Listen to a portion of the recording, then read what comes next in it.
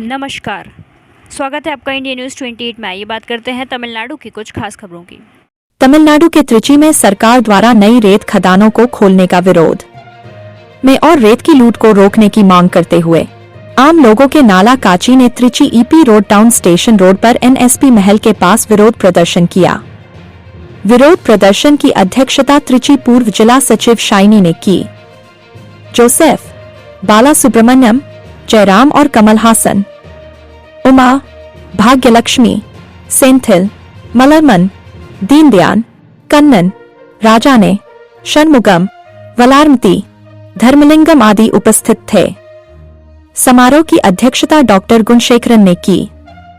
पिछले 30 वर्षों से कावेरी सहित तमिलनाडु की सभी नदियों में लगातार रेत निकालने के कारण सभी नदियां 20 फीट तक उथली हो गई हैं। वर्तमान में यह पेड़ों और झाड़ियों से भरे रेत के टीले की तरह दिखता है।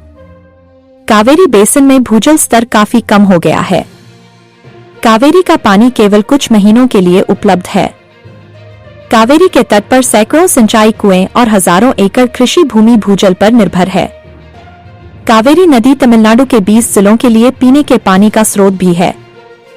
ऐसे में यह बहुत दुर्भाग्यपूर्ण है कि तमिलनाडु में 13 नई रेत खदानों का निर्माण किसानों की आजीविका और लोगों के पीने के पानी को नष्ट कर रहा है। इसके अलावा करूर और त्रिची जिलों के कट्टुपुथुर, थोट्टियम, मुसिरी, मन्नाचनलूर, समेपुरम और लालगुडी सहित कई क्षेत्रों में अवैध रेत की लूट भी हो रही है। नदी घाटियों में ग्रेवल और रेत लूटना। तमिलनाडु सरकार की निष्क्रियता अत्यंत निंदनीय है। इसलिए कॉमन पीपुल्स वेलफेयर पार्टी ने कावेरी और अमरावती नदियों में अवैध रेत खनन को रोकने और नई रेत खदानों के निर्माण को तुरंत रोकने की मांग करते हुए विरोध प्रदर्शन किया। त्रिची से मुख्य संवाददाता वी बालाजी की रिपोर्ट। 5/6/2025 அன்று உலக சுற்றுச்சூழல் தினத்தன்று கரூர் மாவட்டத்திலே சட்டவிரோதமாக மணல் கொள்ளையடித்த 25 மணல் லாரிகளையும் அந்த மணல் கொள்ளையில் ஈடுபட்டவர்கள் 3 பேருடைய காரு உட்பட பல பேர் மீது நடவடிக்கை எடுத்து 10 பேரை கைது செய்த டிஐஜி தனிப்படை போலீசாருக்கு சாமானிய மக்கள் நலக்கட்சி சார்பாக முதலில் எங்களுடைய நன்றியை தெரிவித்துக் கொள்கிறோம். ஏனென்றால் கரூர் மாவட்ட காவல்துறை, நாமக்கல் மாவட்ட காவல்துறை, திருச்சி மாவட்ட காவல்துறையினர் தொடர்ந்து சட்டவிரோத மணல் கும்பலுக்கு உடந்தையாக செயல்பட்டு கொண்டிருக்கும் போது திருச்சி சரக டிஐஜி அவர்கள் தனிப்படை அமைத்து கரூர் மாவட்டத்திலே மண்மங்கலம் தாலுகாவிலே 25 மணல் டிப்பர் லாரிகளை மடக்கி பிடித்து 10 பேரை கைது செய்திருப்பது வரவேற்புக்குரியது. இது தமிழகத்திலே நடக்கக்கூடிய சட்டவிரோத மணல் கொள்ளைக்கு ஒரு பானை சோற்றுக்கு ஒரு சோறு பதம் என்று சொல்வார்கள். அந்த அடிப்படையிலே நடந்த ஒரு நிகழ்வு. அந்த நிகழ்வுக்கு பிறகும் தமிழகத்திலே தொடர்ந்து சட்டவிரோதமாக ஆளுங்கட்சியினரே மணல் கொள்ளையில் ஈடுபட்டிருப்பது மிகுந்த கண்டனத்துக்குரியது. ஆகவே தமிழக அரசு உடனடியாக நடவடிக்கை எடுத்து காவிரி ஆறு மட்டுமல்லாமல் தமிழகத்தில் இருக்கக்கூடிய அனைத்து ஆறுகளிலும் ஆளுங்கட்சியினர் நடத்தும் மணல் கொள்ளையை தடுத்து நிறுத்த தமிழக முதல்வர் உடனடியாக நடவடிக்கை எடுக்க வேண்டும். அதேபோல தமிழகத்திலே புதிதாக 13 மணல் குவாரிகளை அமைக்க இருப்பதாக செய்திகள் வந்து கொண்டிருக்கிறது. பல்வேறு மணல் லாரி சங்க உரிமையாளர்களும் நீர்வளத்துறை அமைச்சர் ரகுபதி அவர்களுக்கும் இடையே நடந்த பேச்சுவார்த்தையில் 13 மணல் குவாரிகளை திறக்க இருப்பதாக செய்தி வெளியிட்டிருக்கிறார்கள். ஆகவே தமிழகத்திலே ஏற்கனவே காவிரி ஆறு, அமராவதி ஆறு, தென்பண்ணை ஆறு, வைகை ஆறு உட்பட பல ஆறுகள் மணல் கொள்ளையினால் பாதிக்கப்பட்டு அதனுடைய இயற்கை அமைப்பு முழுவதும் சிதைந்து போயிருக்கிறது. இந்த சூழ்நிலையில் மீண்டும் 13 மணல் குவாரிகளை அமைப்பது என்பது தமிழ்நாட்டினுடைய ஜீவாதாரமாக இருக்கக்கூடிய ஆறுகளை நேரடியாக அழிக்கின்ற செயல். ஆகவே தமிழகத்திலே புதிதாக இனிமேல் மணல் குவாரிகள் திறக்கக்கூடாது என்ற கோரிக்கையை இந்த ஆர்ப்பாட்டத்தின் வாயிலாக சாமானிய மக்கள் நலக்கட்சி கேட்டுக்கொள்கிறது. குணசேகரன், பொதுச் செயலாளர், சாமானிய மக்கள் நலக் கட்சி.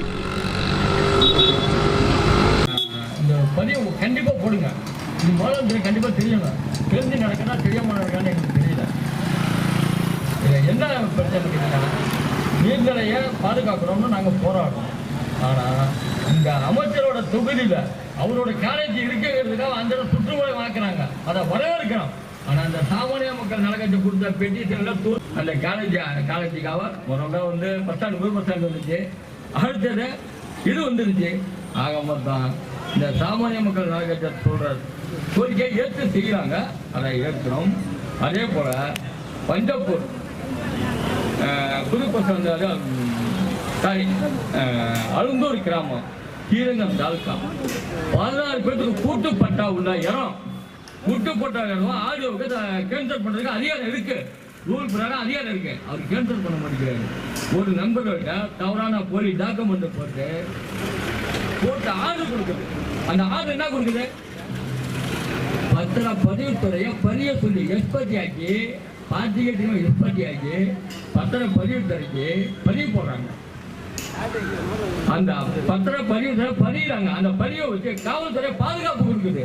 Manikanda station, inspector, Thirunagar station, light, இந்த 3 பேரும் இவங்க வந்து இந்த வேலைக்கா யோக்கியம் இல்லாதவங்க.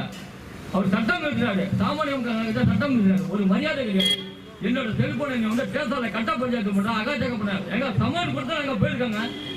சமான் கொடுத்து போயிருக்கையில் அவர் சொல்றாரு, காவல்துறை கரெக்டாக நடந்துக்கணும்ல, இந்த ஐடி நடவடிக்கை எடுப்பாங்களா அந்த காவல்துறை? ஒரு பெண்ணா இதே திருச்சிய மாவட்டத்தில் ஒரு பெண் அதிகாரி தவறு செய்தான்னு சொல்லி நடவடிக்கை எடுத்தாங்கல்ல. ஏப்பா அவங்க கட்சிக்காரங்களா? அமைச்சருக்கு சொந்தக்காரா? இல்லை முதலமைச்சருக்கு சொந்தக்காரா? இந்த குளத்தை அந்த 16 போலி டாக்குமெண்ட் போனால் கேன்சல் பண்ணணும். ஒருத்தர் வாங்கியிருக்காரு பட்டா குணம். அந்த 16 பேருமே கவர்மெண்ட்டுக்கு நீங்கள் பட்டாக ரத்து பண்ணுங்க, கவர்மெண்ட் கொண்டு வாங்க. அந்த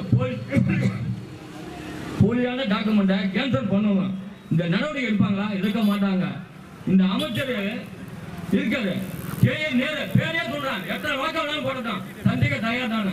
இந்த மணிகண்ட தேர்தல் அவங்களோட கட்டுப்பாட்டில் தான் இருக்கு.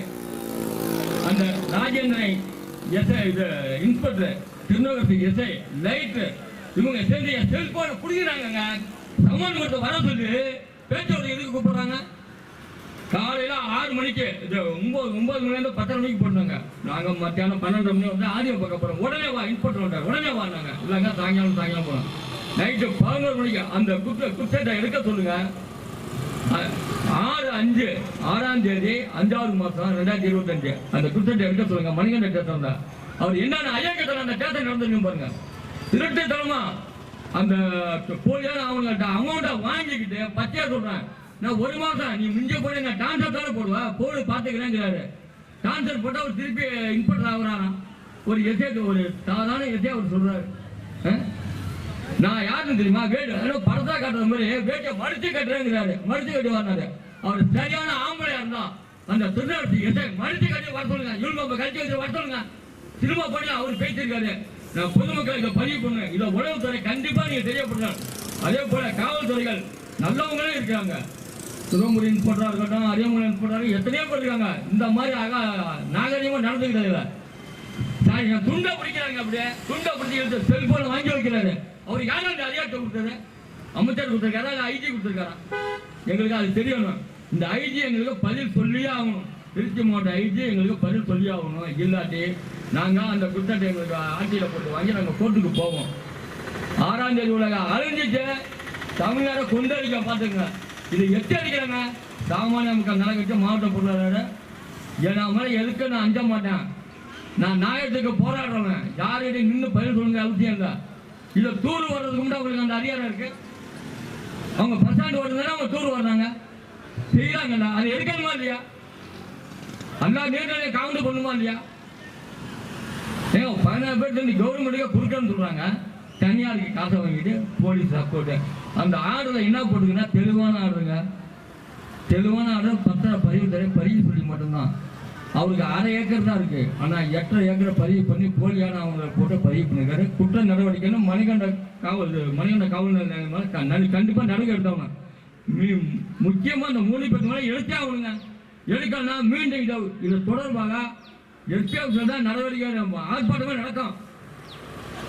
என்னாலும் மக்களை திரட்ட ஏற்கனவே ஒரு ஆர்ப்பாட்டம் மங்கம்மா மண்டலத்தை இடிச்சுட்டாங்க. இந்த மாவட்ட நிறுவனம் கண்டு குளம் விட்டு இடிச்சு அழிச்சிட்டாங்க. இதை நாங்கள் விட மாட்டோம். பட்டா கோலத்தையே அவங்க தானா வார்த்தை கொடுக்குறாங்க. என் பட்டாவை லெஃப்ட் பண்ணுங்க, இதுக்கு போலியான டாக்குமெண்ட் போட்டு பண்ணுறாங்க. நீர்நிலை கவுண்ட் பண்ணுறதுக்கு நாங்கள் போராடிக்கிட்டு இருக்கோம்.